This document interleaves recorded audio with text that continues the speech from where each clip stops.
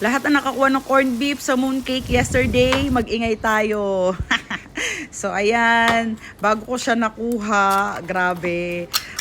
Ginalingan ko talaga yung pag-alog ng dice. And then, swerte, nakakuha ko kahit isa. At least, di ba? Meron na tayong pang-almusal.